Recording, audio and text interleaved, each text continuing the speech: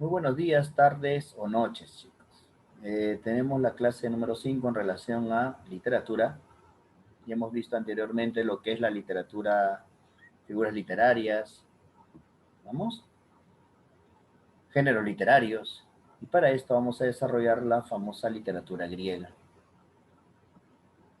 De conocimiento vamos a iniciar paso a paso desde la literatura griega, luego vamos a pasar a literatura medieval, literatura del siglo de oro, ¿ya? Y vamos a hacer los diferentes movimientos en el transcurso de este año, paso a paso. Por último, también vamos a ver lo que se refiere propiamente a la literatura peruana y la literatura hispanoamericana. Para que vamos a ver toda la literatura durante este año de un plano general, ya mencionando a los autores y todo esto.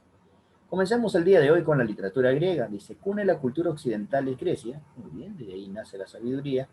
Y es en Grecia donde se origina el desarrollo primigenio de la literatura occidental, donde también surgen los modelos literarios que servirán de referencia para posteriores literaturas.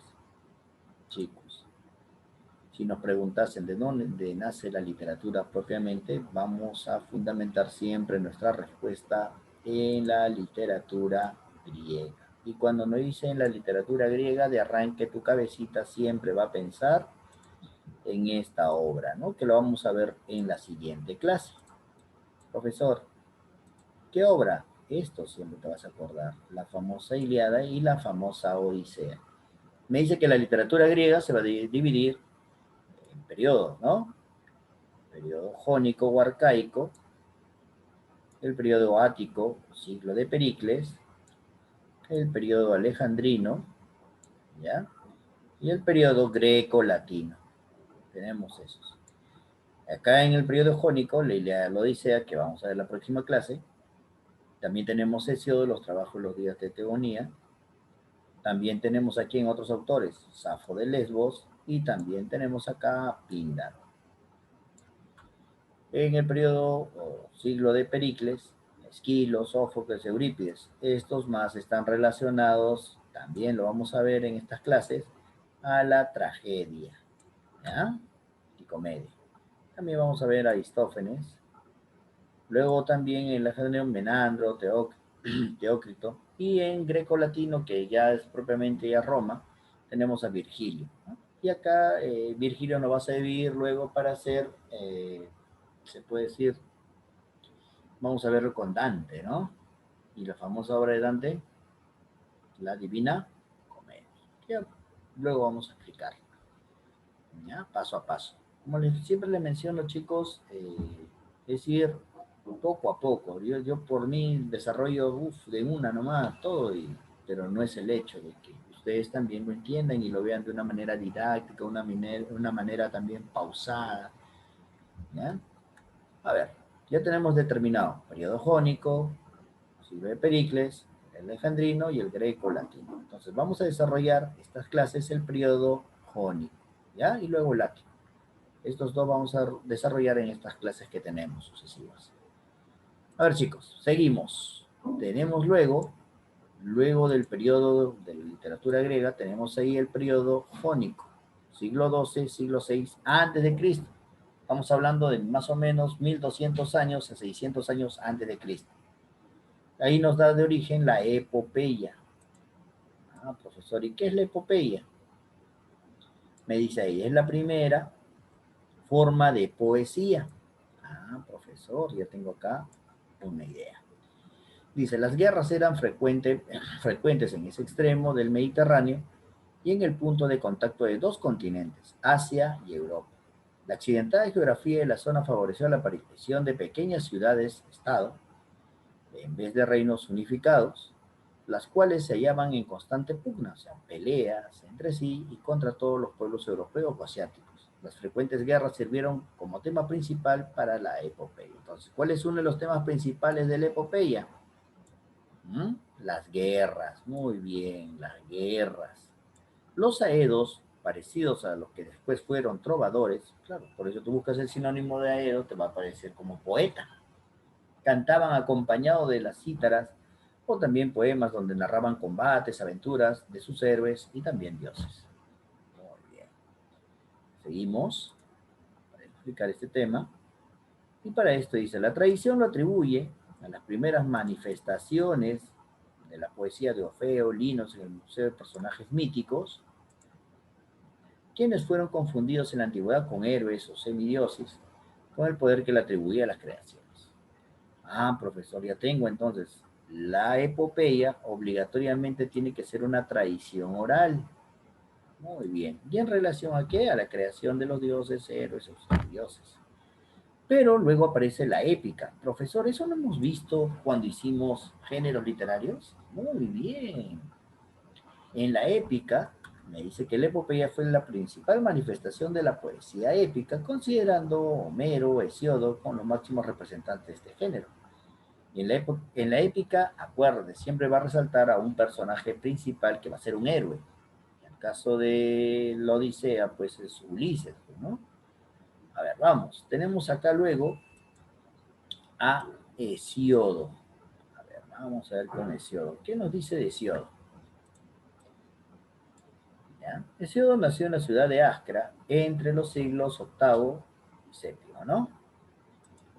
Luego se estableció en Grecia, donde la familia poseía tierras, y él mismo practicó la agricultura y sostuvo incluso una disputa jurídica que no le fue favorable con sus hermanos por la propiedad de unas tierras. Entre sus obras principales acá, chicos, de Hesiodo, tenemos la Teogonía, ¿ya? Los trabajos y los días y el escudo. Pero la que más te van a preguntar, chicos, es esta, la teogonía, los trabajos y los días. Esa es la que más te van a preguntar. ¿Ya, chicos?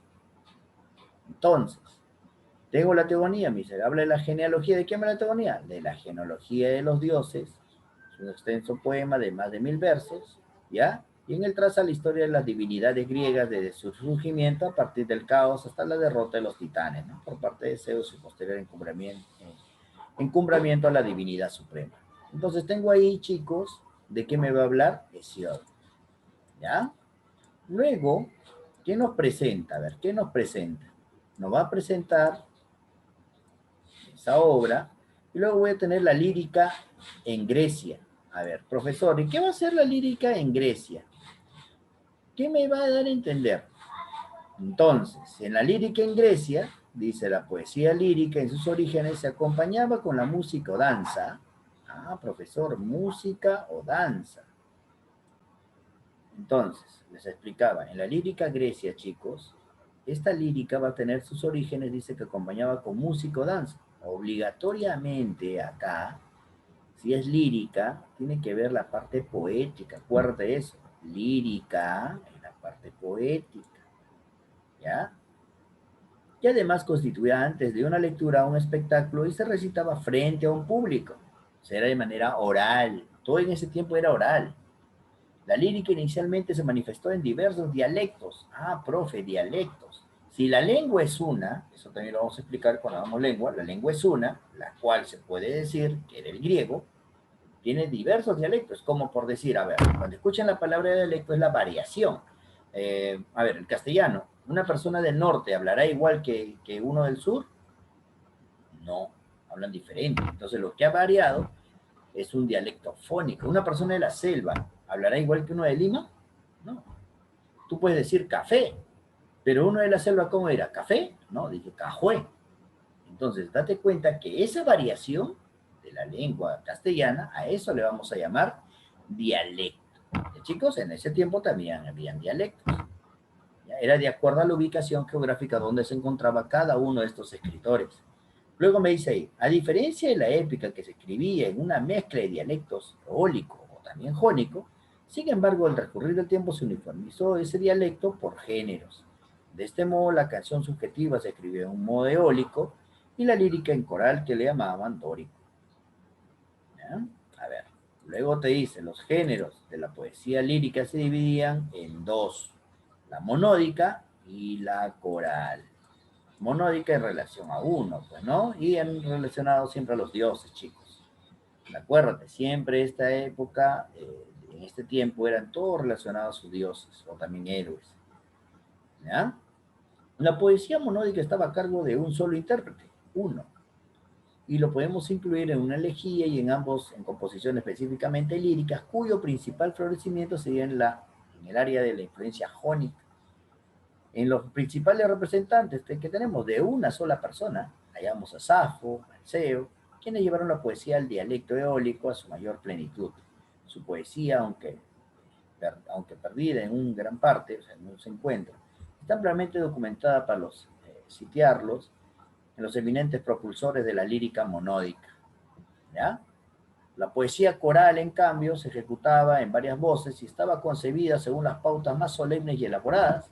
La más abundante producción del poeta Píndaro, compuesta en el dialecto dórico, ilustra prácticamente la variedad de la lírica coral, o sea, cómo tú lo dabas, cómo tú lo interpretabas. Acuérdate, monódica, uno, y coral, varios. ¿Ya? Luego, entre los líricos que tenemos, ¿ya? Tenemos ahí al lírico Píndaro, que está considerado como el más grande de los poetas líricos griegos. Muy bien, esto acuérdate, porque esto sí te van a preguntar, ¿ya? Uno de los más grandes.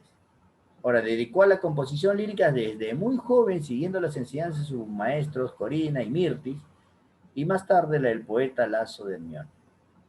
A más de 20 años empezó a viajar por el Mediterráneo, por el mar Mediterráneo, especialmente en Sicilia, que eso es Italia ahora, y compuso poemas, ¿no? Para quienes los estaban ganando además en favor de la presa. Entre sus obras más importantes, esta es la que tenemos, los epinicios, o también llamados cantos. Chicos, seguimos por acá. Estos epinicios estaban dedicados a celebrar las victorias de los atletas, nos dice, ¿no? Profesor, vamos a ver por acá. Y deportivos que llevaban a cabo en Grecia y se dividen de acuerdo a las ciudades a las que están dedicadas, ¿no? 14 campos olímpicos, 12 píticos, 11 meneos y 7 itmicos. En cantos, odas, ¿no? Originalmente acompañados de música o danza. No se limitaban a exaltar las hazañas deportivas. Esto nos da a entender Píndaro. Otro autora que se puede decir, de la cual tenemos referencia, es Safos, ¿ya? También llamada Safo de Lesbos. El papel de la mujer, cómo esta mujer se desarrolla. Miren, estamos hablando ahora en el siglo XXI del papel de la mujer, chicos, y hace más, ¿qué te digo?, de 600 años antes de Cristo, la mujer tenía importancia, ¿ya? El papel de la mujer en la sociedad griega antigua estaba relegado en el hogar, pero en el hogar no era que iban a estar haciendo las cosas, ¿no? Sino siempre había esas disputas, se puede decir, para poder salir adelante. Por eso muy pocas de las mujeres griegas han destacado en diversas manifestaciones culturales, pero en el pueblo helenos, en los griegos. Y Safo pertenecía a una familia noble, a la que habla en sus versos, dentro de esta que se cuentan los 3 hermanos de una hija llamada Cleis. Safo, originaria de la isla de Lesbos, fue condenada al exilio probablemente por razones políticas y fijó su residencia en Sicilia. Cuando regresó a su patria, instaló en Mitilene y luego reunió los grupos de jóvenes de la mejor sociedad griega para instruirlas y rendirle el culto a Afrodita. Profesor, acá algunos dirán, profesor, Safo de Lesbos, y Lesbos forma la palabra lesbiana. Claro, hay algunos artículos, investigadores hablan que le dan la atribución de que Safo podría haber mantenido relaciones lésbicas, ¿no? O sea, relaciones con otra mujer, porque le daba tanta importancia a la mujer. Y de ahí, como ella pertenecía se puede decir, a la isla de Lesbos, de ahí viene la palabra lesbiana. Lesbos, lesbiana, ¿ya? Entonces tienes ahí, entre las obras, tenemos tan llena de sentimiento amoroso, aunque solo han llegado hasta nosotros la oda completa y algunos fragmentos, destaca la predicción de la belleza y la inclinación de lujo, ¿no? Entre los poemas más conocidos tenemos la famosa Oda Afrodita, ¿no? Donde el poeta implora a la deidad, o sea, a un dios, que descienda del cielo para que le devuelva el amor de una muchacha. Algunos fragmentos descubiertos recientemente en Oxirrincos, que se presentaba a una Safo que trataba temas relacionados a la épica. Profesor, ¿qué son los oxirrincos? Oxirrincos se llaman a himnos, un tipo de himnos antiguo, donde exaltaba más a un héroe o una persona en relación a los dioses. Esos son los oxirrincos, ¿ya?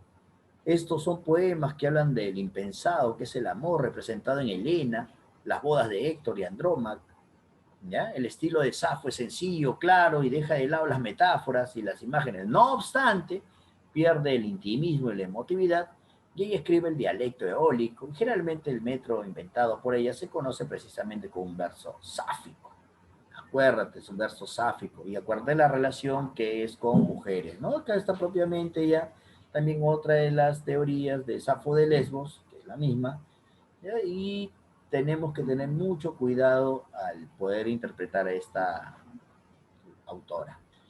Conocida en los antiguos como la décima musa, claro, esto sí me acuerdo que vino un examen de admisión, cuando te pregunten, autora que se le denominaba la décima musa, tú de arranque marcas Safo de Lesbos, ya acuérdate, ¿ya? Acuérdate. Familia Aristócrates es la misma persona, ¿ya? Que tenía gran dinero y por eso les decía, ¿no? Que tienen que relacionar mucho sus obras, ¿ya? Y seguimos por acá.